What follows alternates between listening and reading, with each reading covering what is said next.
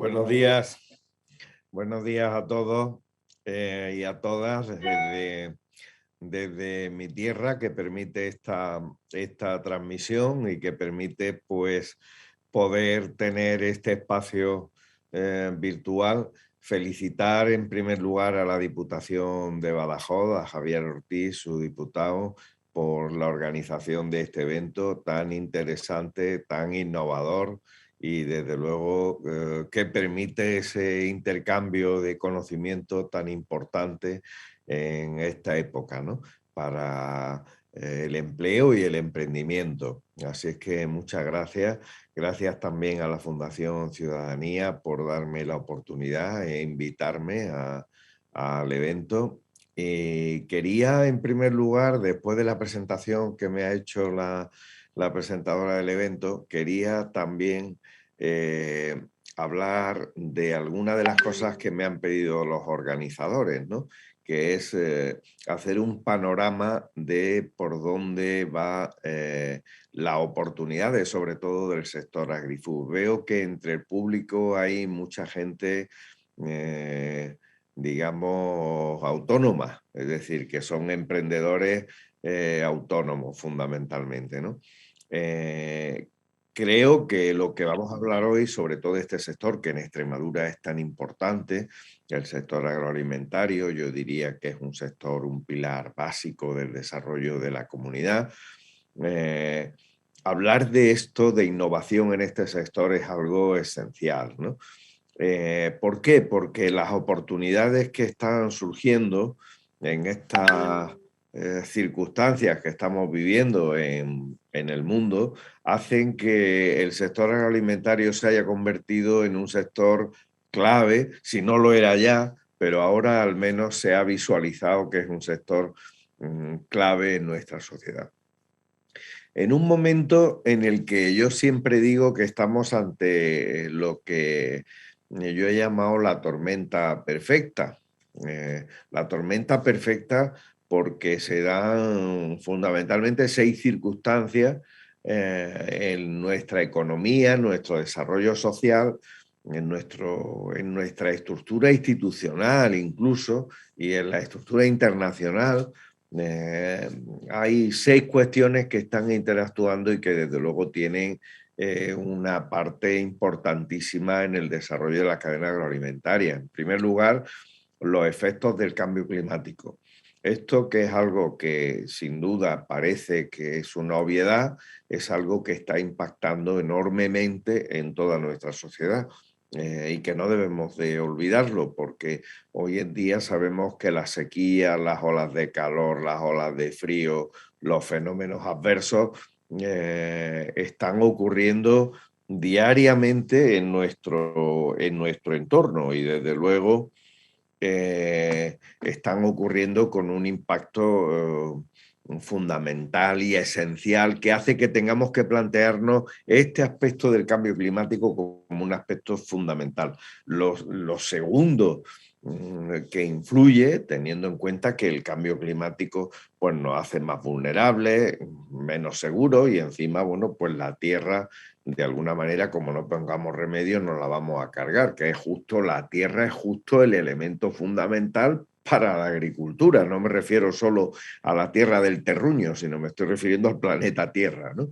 En cuanto al agua, en cuanto a la superficie cultivable, en cuanto a los productos que utilizamos, etcétera, etcétera. Digo que en segundo lugar, en esa tormenta perfecta está interactuando también, y creo que es importante hacer referencia a ello, está actuando la inflación, el alza de los precios, que no ha venido para simplemente estar un ratito con nosotros en un mes, sino que parece ser que va a ser una constante cada vez mayor en nuestra economía y que se están poniendo todos los esfuerzos para su control, pero que impacta también mucho, y lo vemos, en la cadena agroalimentaria.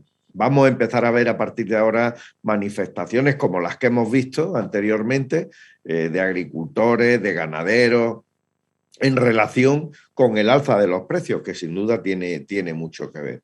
En tercer lugar, en esta tormenta perfecta está interactuando también la crisis de la deuda, que ahora mismo no se le está prestando atención, pero digamos que cuando los tipos de interés por el efecto del control de la inflación están aumentando, la deuda de los países aumenta también, porque cuesta más el dinero para público para poder invertir y poder paliar los efectos que tiene precisamente el alza de la inflación y lo que vamos a ver ahora después. Entonces, la deuda es un elemento que en el sur de Europa, especialmente Portugal, España, Italia, Grecia, va a impactar de una manera especial.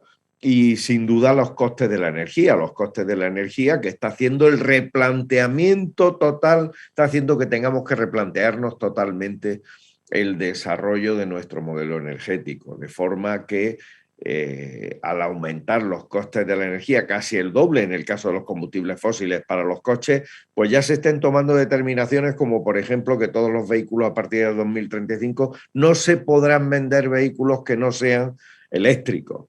Esto es una determinación importante que adoptó ayer la Comisión Europea y esto tiene que ver con el cambio de modelo, pero además también el cambio de modelo energético está operando en la agricultura también, porque en los riegos, en la maquinaria agrícola, la llegada de la energía eléctrica a partir de fuentes renovables, digamos, el sol y la energía eólica, fundamentalmente es esencial. El quinto lugar, la guerra de Ucrania. La guerra de Ucrania intensifica todo lo demás, es decir, los cuatro factores que hemos estado viendo anteriormente, porque no solo aumenta los costes energéticos, aumenta la inflación y también genera ciertos efectos perversos sobre el comercio mundial, sino que también hemos visto que interrumpe las cadenas de suministro. Hemos visto cómo el grano no llega donde llegaba, hemos visto cómo hay material que no llega en su momento a los sitios que antes las cadenas de suministro tenían, y hemos visto cómo se interrumpe. Y, por ejemplo, pues hay países en África que tienen dificultades para que pueda comer la población, ¿no? Esto es algo importante, que tengamos en cuenta que lo tenemos frente a nosotros, porque la guerra de Ucrania impacta directamente en este problema. Y este bloqueo de las cadenas logísticas está impactando directamente sobre el uso de la tecnología, luego también sobre la innovación y está impactando sobre las cadenas agroalimentarias. Este sería, a mi juicio, el panorama de lo que podemos hablar de las 6 cuestiones que más influyen para que se dé esta tormenta perfecta que está sucediendo en el mundo en este momento. Pero en toda tormenta perfecta, como ya decía Einstein, en toda tormenta perfecta existen oportunidades, por ejemplo, para los emprendedores, oportunidades empezando por abajo, por la última que he dicho, en el tema de la logística, buscando nuevas formas de logística, ayudados desde luego por la tecnología, por las aplicaciones, pues para optimizar los desplazamientos, para un montón de cosas que ya están surgiendo y que hay muchos emprendedores en la trazabilidad, por ejemplo, el uso de la robótica, la logística, y hay mucho emprendimiento ya relacionado con eso, pero también, por supuesto, en lo que se refiere a la energía. El uso de fuentes alternativas de energía, la optimización de esas fuentes alternativas de energía. Surgen las llamadas comunidades energéticas, que es un hecho que cada vez es mayor. Se está haciendo ahora a nivel municipal o a nivel de incluso de comunidades de riego o a nivel de cooperativas, pero las comunidades energéticas locales son una buena oportunidad para los emprendedores para optimizar esas fuentes de energía que permitan bueno, pues que la producción de energía con energía solar o energía eólica se distribuya a aquella fuente que necesita más energía en un determinado momento y se redirija a aquellos aspectos que son fundamentales del entorno. Esto lo están haciendo muchos emprendedores ya están trabajando en esa línea. Sin duda es algo fundamental. No, no podemos decir que podemos cambiar el efecto de la inflación, por ejemplo, pero sí podremos actuar con esto, incluso podemos actuar también en temas relacionados con el cambio climático. Ahora lo veremos, pero fundamentalmente, por ejemplo, con el uso inteligente del agua.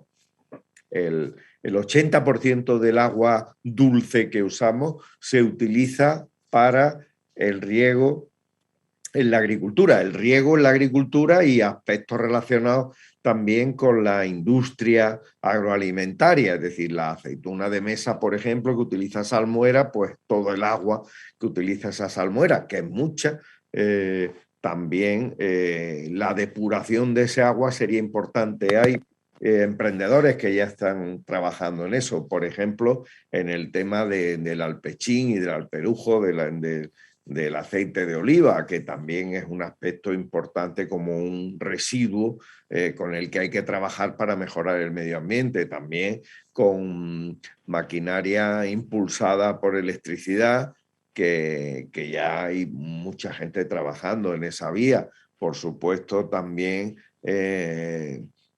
trabajando en lo que podríamos decir el uso de fuentes alternativas de energía para comunidades de regantes que ponen placas solares en flotantes, que esto es una solución bastante buena porque disminuye un 15% la evaporación del agua y además en esa superficie favorece la captación de energía solar.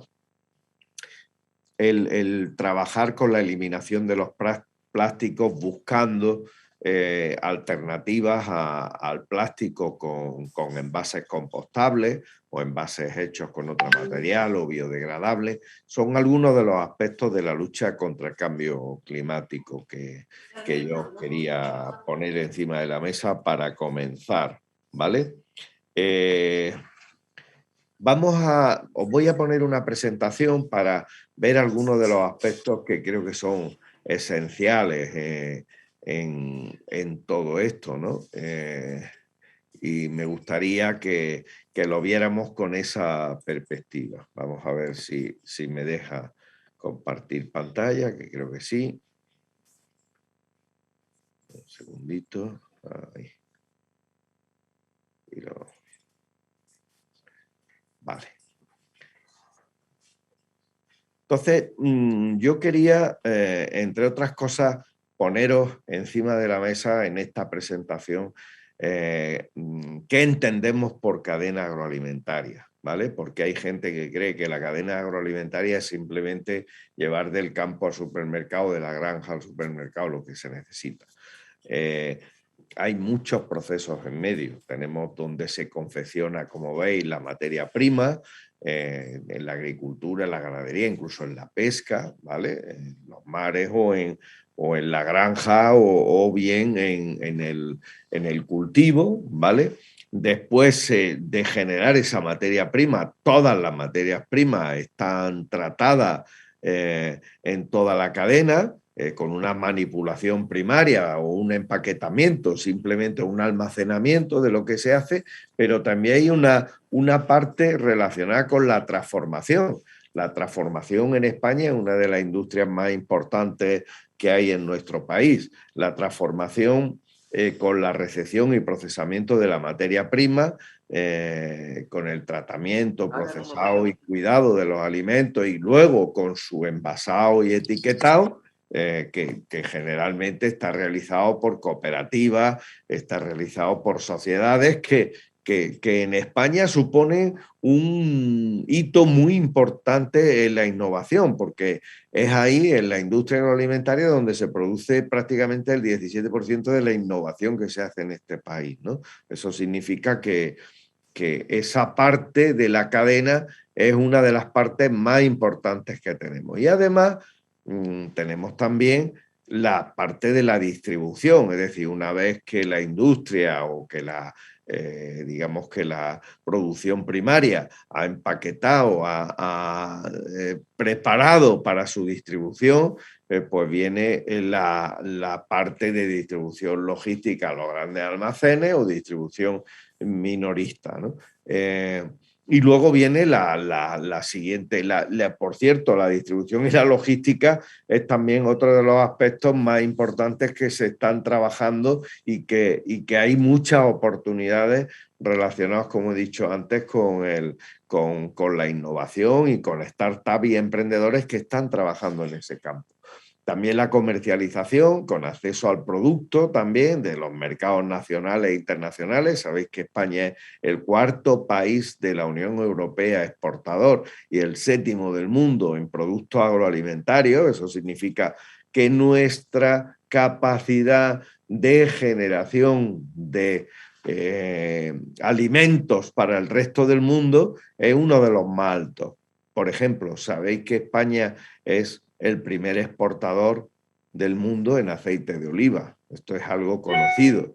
Pero ¿sabéis también que, por ejemplo, somos el primer exportador de carne de cerdo en China? Son aspectos que tenemos que conocer porque son muy importantes también la comercialización para la exportación, para la comercialización en origen, en destino, en la venta final. ¿Sabéis en qué se está trabajando más en este aspecto de la innovación? En la eliminación de intermediarios, en la compra directa a través de marketplace virtuales. Qué importante es esto. Marketplace que además estamos viendo una tendencia, y es que están acortando la cadena logística. ¿Por qué? Porque los marketplace, y esto interesa mucho que lo hablemos allí en Extremadura, que estemos pensando en marketplace de proximidad, es decir, los marketplace que acortan la cadena logística, marketplace que acercan la producción primaria o la industria agroalimentaria a donde se produce, a donde el consumidor quiere consumirlo, ¿no? Y sin intermediario, es decir, de forma que el productor directamente o el industrial vende a las personas que están interesadas en la compra, ¿vale? Entonces, esto es importante. Y luego, la última parte tiene que ver con el consumo y con la utilización del producto, los hogares, en los negocios tradicionales o en los servicios de food, que han crecido mucho en los servicios de delivery a domicilio, es decir, ya quién no pide una comida en una de las ciudades, en Badajoz, en Cáceres, en fin, en cualquier ciudad, quién no pide un globo o quién no pide a la tienda de al lado que ha establecido un sistema de compra por WhatsApp para determinadas verduras o para aves o para huevos o para carne, ¿no? ¿Quién ya no ha usado ese servicio? Yo creo que hay muy poca gente que, primero, que no utilice eso con asiduidad y, en segundo lugar, ya prácticamente el 80% de las tiendas y el 80% de los restaurantes tienen servicios de comida a domicilio, ¿no? O takeaway, de los que se llama, ¿no? En inglés, que es el coger la comida en el propio restaurante y llevártela a tu casa. Esto es algo ya cada vez que se utiliza más, es seguramente la parte que más ha crecido en innovación en el mundo, no solo en España, sino en el mundo, porque la pandemia, ha generado esa posibilidad y la utilización digital de medios digitales para los pedidos de ese tipo, ¿no? Hemos visto cómo incluso restaurantes con estrella Michelin incorporan esa posibilidad de servicio de comida a domicilio, ¿no? Y todo, como veis abajo, todo está impactado, toda la cadena agroalimentaria está impactado por lo que llamamos la transformación hacia la sostenibilidad.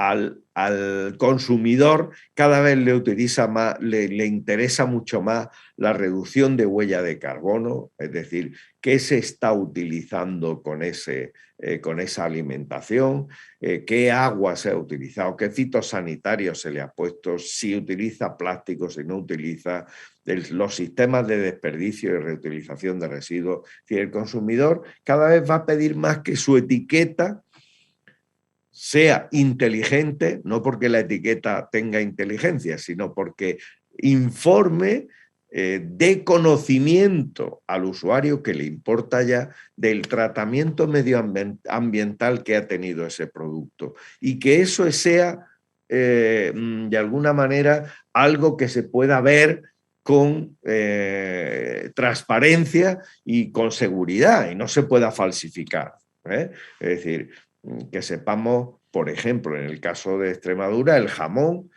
pues, ¿qué ha pasado con ese cerdo desde que nace hasta que el jamón llega a nuestra mesa?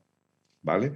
Todo eso ya va a ser posible, ya es posible hacerlo con tecnología. La trazabilidad de la cadena, lo vemos en el pescado en muchos casos, pero también lo vamos a ver con el resto de los productos, lo vamos a ver con el vino, lo estamos viendo ya en algunos vinos, lo vamos a ver, por ejemplo, Carrefour implantó en el pollo picantón, me parece que es el producto, la trazabilidad con blockchain, ¿vale? Para que de alguna manera el consumidor tenga información. Pero esto se va a generalizar a todos los productos, no solo a este que estamos hablando y de esta cadena. Por ejemplo, la cadena Walmart en Estados Unidos en el año 2019 empezó a implantar con todos sus proveedores de manera obligatoria que introdujeran un modelo de blockchain que habían hecho con IBM y que obligó a todos, desde los productores de cacao hasta los productores de pollo, de huevos, todos tenían que someterse a un tratamiento de trazabilidad para que el usuario supiera exactamente qué estaba comiendo. Esto es algo que cada vez se va a exigir. ¿Qué estaba comiendo? ¿Cuál era su relación con el medio ambiente? Si había tenido algún tratamiento, qué tipo de riego tenía, qué fertilizantes, fitosanitarios, etcétera, etcétera, etcétera. Todo eso ya se puede saber y es muy importante y está en esa parte de abajo que tenéis de la diapositiva, ¿no? Si os dais cuenta y ponemos esta diapositiva lo he comentado antes, para hacer mucho hincapié en ello, porque en esto hay también mucha información que no es correcta. Esta información, que es del Ministerio de Sanidad español y de la Comisión Europea, la fuente, dice claramente que la industria cárnica es la industria más importante que tiene la industria agroalimentaria española, la más importante, con lo cual hay que mimarla, porque si se nos cae esa industria, pues imaginaros la cantidad de empleos que se pueden caer. Es decir, que ahí hay muchas oportunidades. Ahora hablaremos de eso porque es importante, porque hay mucha gente que cree que, bueno, vamos a mantener eso y vamos a cuidarlo, pero es que hay cuestiones que hay que tener en cuenta sobre ellas. La industria agroalimentaria tenemos ahora mismo el cuarto puesto. Si os dais cuenta, la fabricación de bebidas ocupa el segundo, casi con un tercio menos de facturación que tiene la industria cárnica. Pero además, lo que la estadística del Ministerio dice de productos de alimentación animal, son hoy por hoy la tercera industria, pero ya ocupa la mitad de la primera, productos de alimentación animal que en muchos casos son también hechos por la industria agroalimentaria, ¿vale? Fruta y hortalizas, como veis, es un tercio, por ejemplo, de la industria cárnica, aceites y grasas, aunque somos líderes, prácticamente también es otro tercio, y los productos lácteos otro tercio, ¿no? Es decir, estamos hablando de que veréis, la industria agroalimentaria tiene ese perfil de la parte de la industria que está trabajando y que son los que están generando desarrollo, ¿vale? Sí tengo, os he traído esta diapositiva para que tengamos claro una cuestión. Veréis, a partir de este año, veis, estas son estadísticas de la FAO, ¿vale? Que es como el organismo de la ONU para estudiar la alimentación, ¿vale? La FAO, ¿qué es lo que pone encima de la mesa? Pues la FAO pone encima de la mesa que todos los alimentos, todos, van a necesitar incrementarse por una cuestión fundamental, porque vamos a ser 2.000 millones de personas más en el año 2050. Claro, y la Tierra, concebida desde el punto de vista del globo, ¿vale? Nuestra Tierra tiene que producir con los mismos recursos para 2.000 millones de personas más, porque si no van a pasar hambre, ¿vale? ¿Cómo se hace eso? ¿Cómo podemos hacer eso? Bueno, pues, entre otras cosas, según podemos ver en esa diapositiva, necesitamos un 70% más de proteínas. Y alguien puede pensar, bueno, pues proteínas de la carne, ¿no? Tradicional. Bueno, ya estamos, la carne ya tiene un límite también, evidentemente, ¿no? Aquí se ha confundido el debate de la carne, que la carne no puede ser sustitutiva de lo vegetal puede ser sustitutivo de la carne, pero ese no es el planteamiento. El planteamiento es que hacen falta más proteínas, un 70% más de proteínas. Es una cifra brutal en cuanto a lo que hay que hacer. Entonces, si nosotros vemos esa variación en cuanto a la necesidad de proteínas, decimos, bueno, vamos a ver cuánta superficie, por ejemplo, que es un elemento fundamental, tenemos ocupada ahora mismo, ¿no? Y qué variación tenemos. Bueno, pues en un año, por ejemplo, en Extremadura ha subido un 6,9 la superficie media por explotación en hectáreas. Ha subido el número de superficie de población en Extremadura, pero digamos que donde se concentra la mayor parte de las empresas agroalimentarias y de la superficie es en Andalucía y en Cataluña, pero Extremadura tiene una parte también interesante. ¿Por qué? Porque la superficie agrícola utilizada en España es de 23.700 millones de hectáreas. 23.700 millones de hectáreas, teniendo en cuenta que el número de explotaciones ha bajado,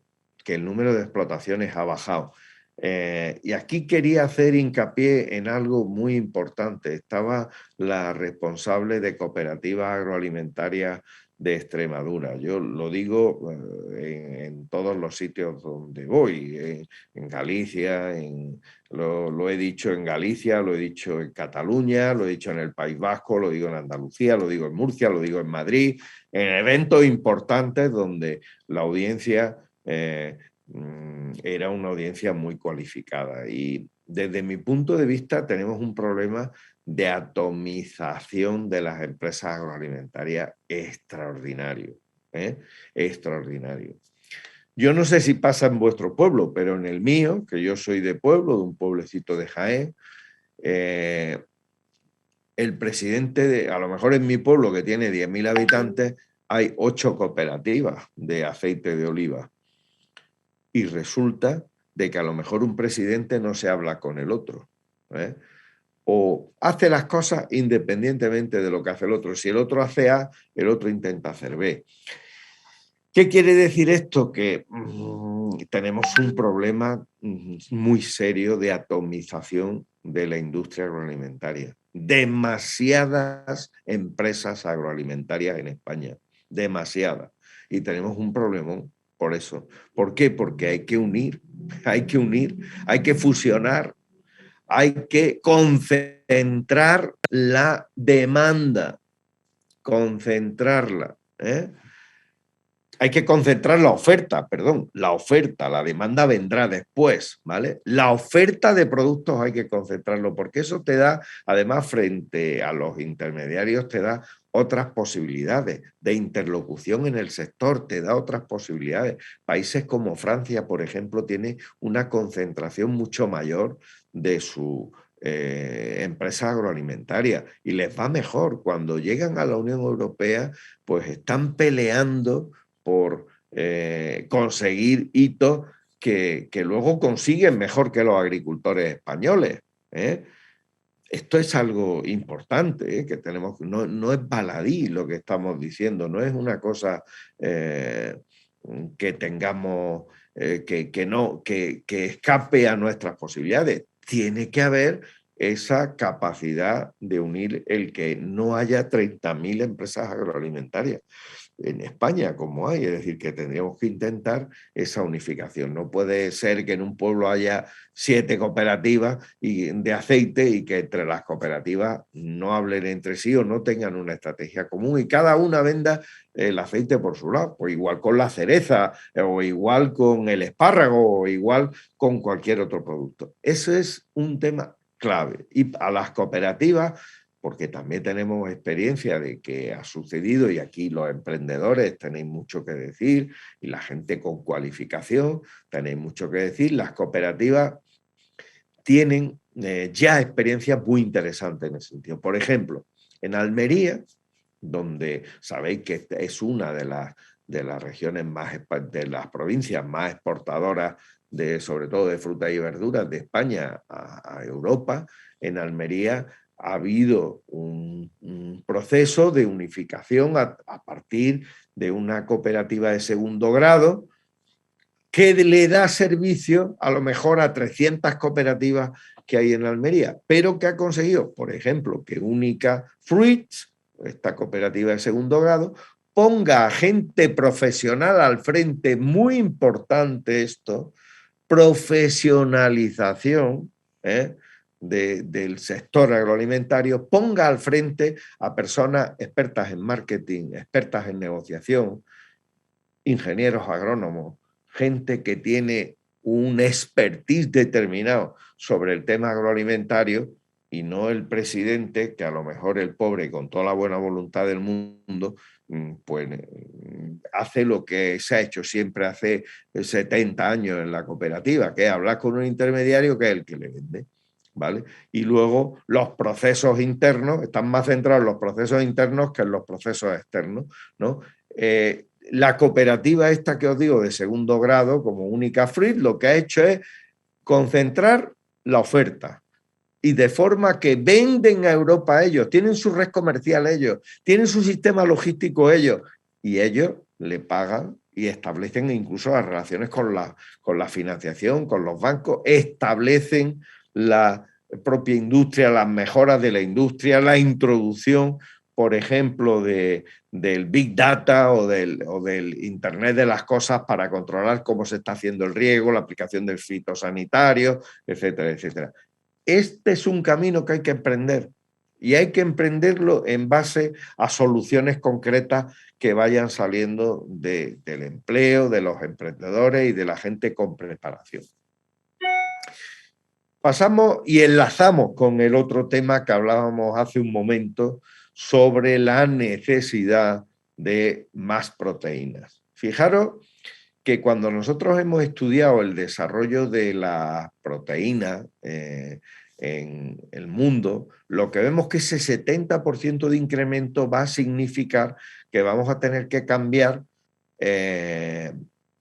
los sistemas de producción de carne, ¿vale? ¿Por qué? Porque en el año 2040, que va a ser un incremento progresivo de un 3% de manera progresiva, de las necesidades de proteína, vamos a necesitar que haya un 25% más en el mercado de carne vegana, que ya hay mucha experiencia en ese sentido. En España, por ejemplo, ya tenemos varias marcas que están en las cadenas de supermercados. Por ejemplo, Eura es una marca de una startup que nació hace poco, 4 o 5 años, y que hoy en día ya tiene su hamburguesa o su salchicha en los lineales de Mercadona, por poner un ejemplo. Pero también hay empresas como Beyond Meat o Impossible Food en el mundo que ya están comercializando pues la carne vegana derivada, por ejemplo, de la soja en muchos casos o derivada de otros productos. Pero también aparece otro fenómeno muy interesante que ahora es prácticamente desconocido en España, que es el cultivo de carne. ¿Qué es el cultivo de carne? Pues el cultivo de carne a partir del cultivo de tejidos animales, de células madre, en un laboratorio que se va construyendo, pues, aunque perdonadme que lo diga así tan burdamente, un filete, ¿vale? De forma que tengamos carne cultivada que llegue a un 35% de las necesidades de proteínas que veíamos antes que era necesario. ¿Eso qué quiere decir? Porque hay veces que yo esto se lo he comentado a los productores de carne y me dicen, joder, no diga eso, que parece que es que vamos a desaparecer, que va el mercado nuestro a quedarse en un 40%. No, no, no. El que le gusta la carne y quiere comer carne va a seguir comiendo carne, ¿vale? Lo que estamos diciendo es que hay otras necesidades que van a hacer que aparezcan otros productos necesarios para las proteínas. Aparte de que hay generaciones que están llegando ahora al consumo, generaciones de jóvenes, que están apostando más por la carne derivada de los vegetales. Esto es inevitable porque también los gustos y las modas van cambiando, pero hay una necesidad de fondo que es la necesidad de aumentar el consumo de proteínas. Y estas son las cifras de estimación. ¿Por qué? Porque también es verdad que para el aumento del consumo de carne animal hay muchos problemas, muchos. Por ejemplo, los purines de las granjas de cerdo. Esto es una oportunidad. Si nosotros logramos tener un tratamiento encontramos una fórmula para el tratamiento de los purines de las granjas de cerdo, estamos dando una solución para este tema.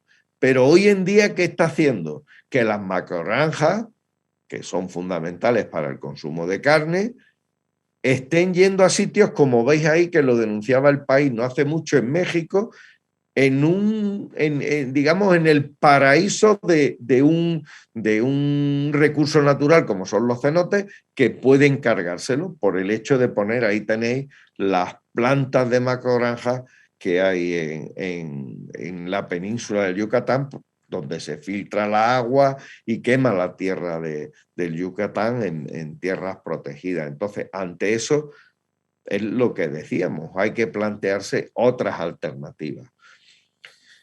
El tratamiento de los purines de cerdo, muy interesante, por ejemplo, en Extremadura, ¿vale? En granjas sobre todo, también es un tema que en España está habiendo experiencias muy interesantes. Por ejemplo, nosotros conocemos una startup que está en Murcia, que se llama Entomo Industrial, Entomo, lo podéis ver en internet, que a partir de la mosca blanca, lo que hace, de la larva de mosca blanca, ellos cultivan mosca blanca, esa larva se come los desechos y los transforma en abono, los desechos de los purines o de las aguas residuales humanas de las ciudades, ¿vale? Esto es algo que tenemos que tener en cuenta también de gente que está investigando sobre eso, está trabajando sobre eso y están consiguiendo, por ejemplo, en este caso el Tomo, un contrato con Veolia, con una multinacional de las aguas, que hacen que las aguas residuales de 2 ciudades van a ser tratadas con la larva de la mosca blanca a partir de esta tecnología que ellos han descubierto y se van a convertir en agua apta para el riego, ¿vale? Que ahora, como sabéis, las aguas residuales no se pueden utilizar para el riego agrícola. Entonces, todas esas soluciones están ayudando. Son ejemplos que yo os cuento de cómo los emprendedores están trabajando en ese sentido. Pero también, con respecto al consumo de carne, tener en cuenta que la cría o lo que podríamos llamar el cultivo de carne artificial, entre comillas, pero es carne a partir de células madre de animales, ¿vale?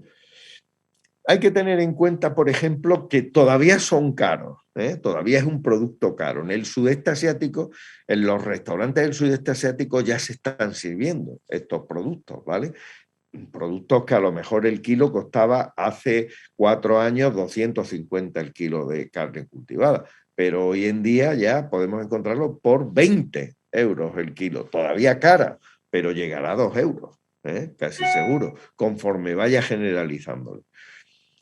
Ahora bien, también tenemos que tener en cuenta un dato importantísimo en esto, que en las 7 semanas que tarda un agricultor en criar 20.000 pollos, una instalación de cultivo de carne produce 1.000.000 de veces más. Fijaros la ineficiencia de las granjas tradicionales del cultivo de carne, ¿vale? Es decir, que podemos llegar precisamente a esta ineficiencia, podemos llegar por la necesidad que tenemos de incrementar el nivel de proteínas, podemos llegar a un 35% del consumo global. Claro, y alguien dirá, en estas circunstancias, alguien va a decir, qué asquerosidad comerse esa carne. Carne artificial a partir de células madre, ¿no? ¿Quién se come eso, no? Bueno, pues el Financial Times, un periódico de reconocido prestigio mundial, organizó hace unos meses una cata ciega con periodistas muy reconocidos en el ámbito de la cocina gourmet, sobre una cata ciega, es decir, no sabían lo que estaban tomando, en Londres, que lo podéis buscar en internet, en el Financial Times, y esa cata ciega, tenía ahí una imagen de ella de ese momento, dio como resultado que ningún periodista supo distinguir ni el sabor, ni el olor, ni la textura, y digamos la esencia de lo que podía ser una carne normal de animal criado en granja, digamos, o de carne cultivada. Esto es importante, porque eso va a determinar después el que la carne se expanda más o se expanda menos. Y ninguno lo supo distinguir. Tomad nota que esto es importante porque dentro de poco empezaremos a oír hablar de esto. Ya ha empezado en algunos restaurantes. A mi juicio, esto empezará cuando los grandes gourmets empiecen a utilizar esta carne. Ya hay fábricas de carne en Israel, ya hay fábricas de carne en Indonesia, ya hay fábricas de carne en lugares donde, en Corea, por ejemplo, en donde el consumo de esta carne ya empieza a entrar en algunos restaurantes y en la carta es una opción. Porque decíamos que criar animales para el consumo de carne es un proceso muy ineficiente. ¿Sabéis que 3/4 de la tierra agrícola se utiliza para criar a vacas, pollos y cerdos? 3/4 de la superficie de la tierra. Pero los productos animales solo proporcionan el 18% del consumo animal. Es decir, son los que más consumen de la tierra para satisfacer solo el 18%, ¿vale? Por eso hay tanto creciente interés en la inversión en proteínas, porque se han triplicado la inversión en los últimos 2 años, ¿vale? Triplicado en los últimos 2 años la inversión. Llega a 3.100 millones en el último año. Y también, como sabréis, y está más generalizado cada vez el uso, los insectos son también una proteína alternativa. Alguien dirá, qué asco, un insecto. Bueno, esto es algo que ya en África, por ejemplo, se utiliza mucho para el consumo humano y también en el sudeste asiático también, convenientemente tratados, claro, ¿vale? De forma que hay ya pues también granjas de cultivo de insectos para 2 cosas fundamentalmente: para el consumo animal como alternativa a los piensos, muy importante, y para el consumo humano, donde se utiliza también, pues bueno, un poco para gente un poco especial, sobre todo en Occidente, ¿no? Pero esto es algo habitual y pues cualquiera que haga un viaje al sudeste asiático lo puede ver en Tailandia, lo puede ver en Japón, lo puede ver en cualquiera de los países, en Corea, en cualquiera de los países del sudeste asiático. Entonces decía que que esa ineficiencia luego tiene una traslación, porque el problema, como veis en la siguiente diapositiva, es un problema relacionado también con dónde se producen los alimentos y dónde se consumen. Hay un desequilibrio, porque en los países donde más se consumen no es exactamente en los mismos países donde más se produce, con lo cual tenemos que tener en cuenta que debemos ir hacia un equilibrio en ese sentido de donde se produce y se consume, ¿no? ¿Y qué decir del cambio climático en relación con el agua y en relación con los riesgos de sequía, ¿no?, con los que nos enfrentamos, ¿no?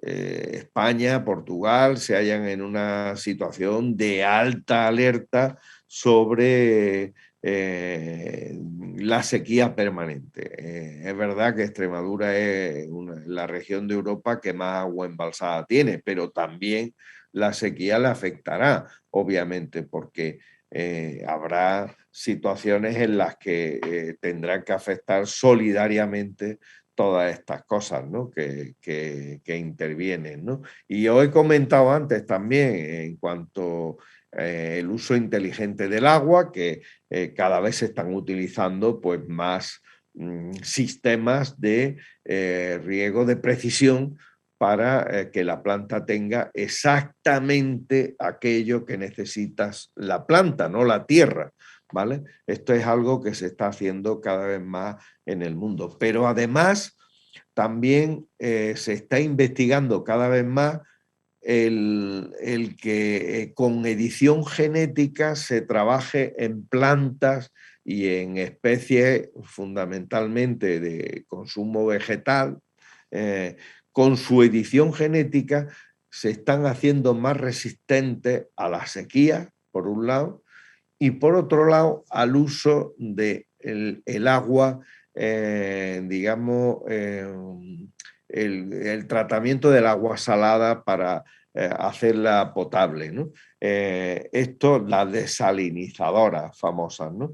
Pues las desalinizadoras tienen un problema, por ejemplo, para el riego agrícola, porque ahora mismo las plantas que se han regado, que se han probado para este tipo de recursos, se han visto que producen menos y en algunos casos hasta se secan, ¿no? Entonces, lo que se está introduciendo son especies con tratamiento genético para hacerlas resistentes también a este tipo de riego con agua del mar desalinizada, ¿no? Esto se está haciendo en Israel, por ejemplo, con bastante precisión y bastante éxito, y enseguida nos llegará a nosotros en cuanto al uso del agua como alternativa a la sequía tan importante que vamos a tener en nuestro país, ¿no?, o que tenemos de manera permanente en nuestro país, que no es una cosa de este año solamente, ¿vale?, como la gente cree. También la tecnología de generación eléctrica, yo lo he comentado antes, está avanzando de forma acelerada. Ahí tenéis una planta en una balsa en Chile que tiene puesta tecnología española, por ejemplo, de placas solares flotantes, que como he comentado antes, para las comunidades de regantes es una alternativa a las fuentes de energía tradicionales. Quería comentar también las importancias del reto demográfico, ¿no? Que el reto demográfico en Extremadura generalmente también es un reto en el que sabemos que la comunidad autónoma está muy preocupada por ello. Nosotros organizamos con la Junta de Extremadura un evento en Valencia de Alcántara sobre la despoblación, y vimos la gran preocupación y constatamos la gran preocupación que existe en la población general por ello, porque España es, junto con Letonia, Finlandia y Estonia, uno de los países más despoblados de Europa, uno de los países con más riesgo de despoblación en Europa, teniendo en cuenta que la incorporación de jóvenes agricultores y agricultoras es una de las más bajas de toda la Unión Europea. ¿Por qué? Porque también la cultura del campo, la cultura que ha habido en este sector, en la agricultura, es una cultura generalmente de rechazo hacia lo agrícola en los jóvenes. ¿Por qué? porque desde siempre se ha trabajado.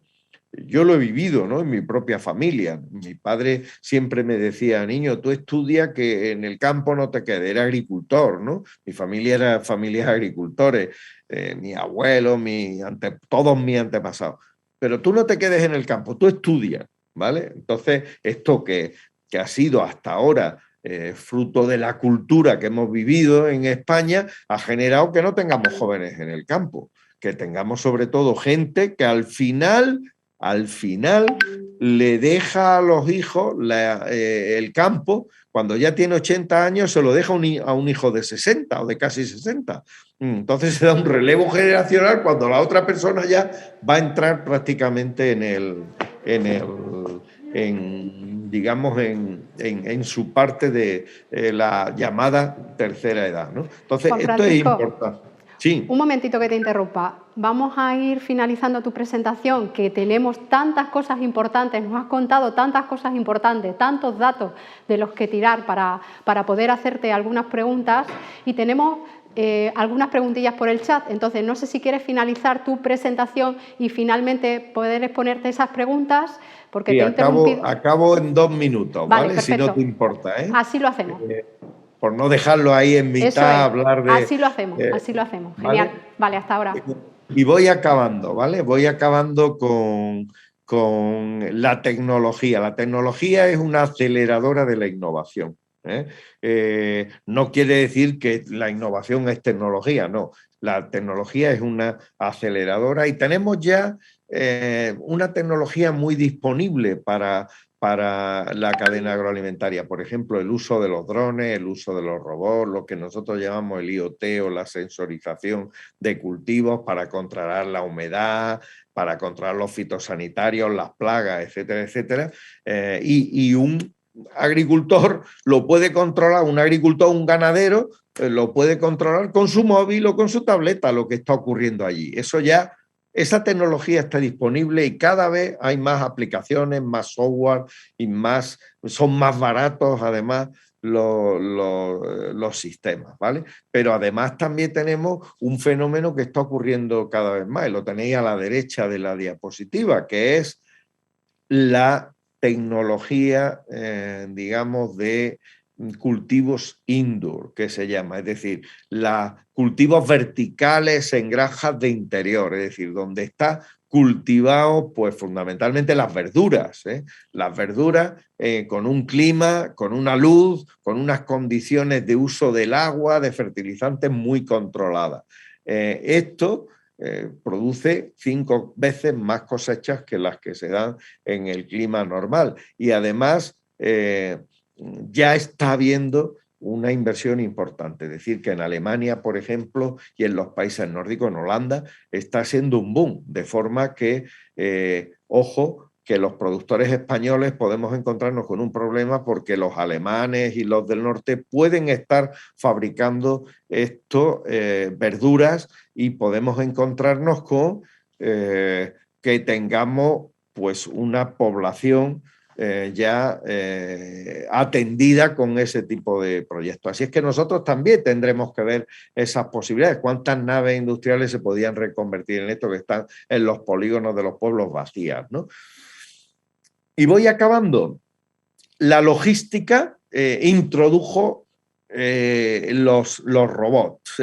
Ya hemos visto los robots. Yo creo que todo el mundo ha visto los robots en los almacenes de Amazon hace 5 años, que ya no había personas allí, ¿no? Esto lo están haciendo ya algunas empresas. Nosotros lo hemos visto en Decop, por ejemplo, en Antequera, la mayor exportadora de aceite de oliva del mundo, una cooperativa de segundo grado que tiene una planta dedicada al packaging, que ya lo hacen robots. Solo hay una persona para todo el aceite que se manda a Estados Unidos, que se ha convertido en los primeros productores de aceite de oliva, vendedores, perdón, que llevan a través de la marca que tiene Decop, Pompeya, en Estados Unidos, se han convertido en los primeros, ¿vale? Y todo el packaging ya lo hacen con una planta robótica, ¿no? Esto lo quiero decir porque, hombre, es algo importante, ¿no? Como la empresa española en la industria ya está adoptando esto. Y por último, el aprovechamiento de los residuos, y con esto acabo. esencial. 1/3 de la comida que producimos lo tiramos. Esto no es posible en la sociedad actual.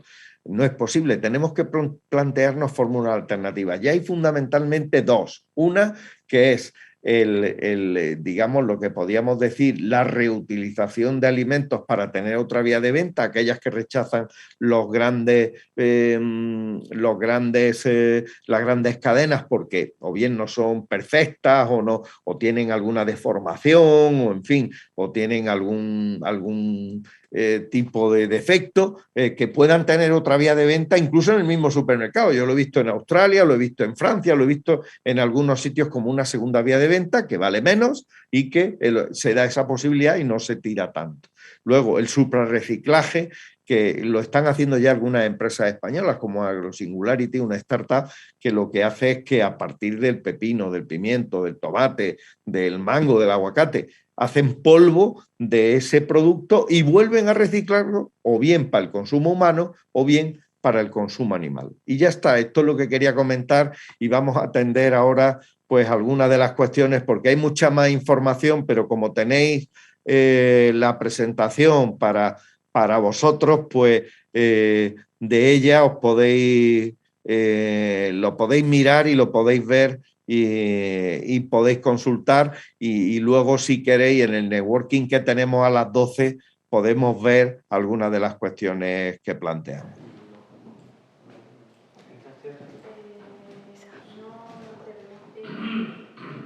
Muchísimas gracias, Juan Francisco.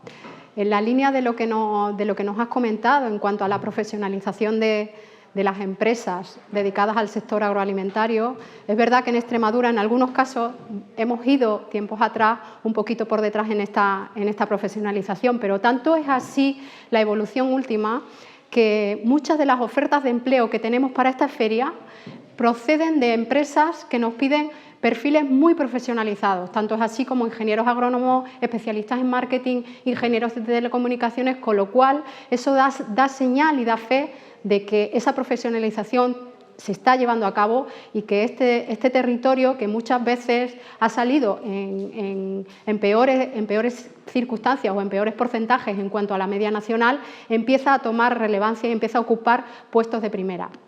Por otro lado, en cuanto a lo que comentabas de las cooperativas, que hay 7 cooperativas en tu municipio o en algunos municipios que se dedican a la misma producción y que generan entre ellos cierta convergencia y que no son capaces de llegar a un punto en común, específicamente aquí las cooperativas del Valle del Jerte han generado una agrupación. Hay una agrupación de cooperativas del Valle del Jerte que funcionan al unísono. Todas van en el mismo sentido, todas trabajan con los mismos precios y con las mismas calidades. Eso nos da una muestra de lo que comentaba Carmen Moreno, de la importancia que tenía el sector cooperativo en Extremadura. Y una de las preguntas va en esa línea, Juan Francisco. ¿Qué proyectos estáis desarrollando desde Smart Agri-Food donde las cooperativas extremeñas y las empresas puedan estar participando de la mano? Bueno, estamos desarrollando, en primer lugar, gracias, estamos desarrollando muchos proyectos, ¿vale? Lo más importante yo creo que es ayudar a las empresas a que den ese paso, porque nos encontramos muchas veces que tenemos una educación cortoplacista en ese sentido. ¿Por qué digo esto? Porque a pesar de tener la esperanza de que las cosas van cambiando, no van cambiando todo lo rápido que deberían de cambiar, a mi juicio, ¿vale? Entonces, sobre la base de que todos estamos de acuerdo, cuando llega la hora de hacer las cosas nos encontramos con dificultades. Por ejemplo, nosotros vamos a poner en marcha ahora un proyecto con Indra sobre un software de control, una plataforma de control de inteligencia artificial aplicada a la industria agroalimentaria. Obviamente hemos hablado, la Fundación Indra y la Universidad de Córdoba, que lo vamos a hacer el proyecto, hemos hablado de cómo implementarlo, con qué empresas implementarlo. Pues cuando hablamos con las empresas siempre dicen, vale, yo lo hago, pero que no me cueste nada. ¿vale? Comprendemos que eso es algo, que la innovación es algo costosa, la innovación es algo que cuesta dinero, porque nos hemos dado cuenta también de que cuando se ha dado la pandemia, el sector agroalimentario ha respondido. De hecho, por datos que conocemos, los supermercados, en algunos casos, cadenas agroalimentarias, han subido su facturación en un 30% durante la pandemia. Eso es un dato importantísimo. En cambio, cuando hemos visto los datos oficiales de inversión en innovación y I+D, en la pandemia han caído. Durante la pandemia. ¿Por qué? Pues hombre, porque todo, así como nos hemos puesto un poco recios para decir, vamos a ver qué pasa, ¿no? Pero, ¿qué implica eso? Que no tenemos los gastos en innovación como una de nuestras prioridades y sabemos que el que invierte en innovación acaba ganando y acaba ganando más que el que no ha invertido en innovación, ¿vale? Acaba ganando a lo mejor multiplicando por 3 y por 4 lo de los demás. ¿Qué es lo que pasa? ¿Por qué? Pues porque, por ejemplo, en este caso, disminuyen su factura energética los que han invertido en innovación. Yo os voy a poner un ejemplo. Una empresa de la provincia de Granada, con la que tenemos muy buena relación, una cooperativa, ¿vale?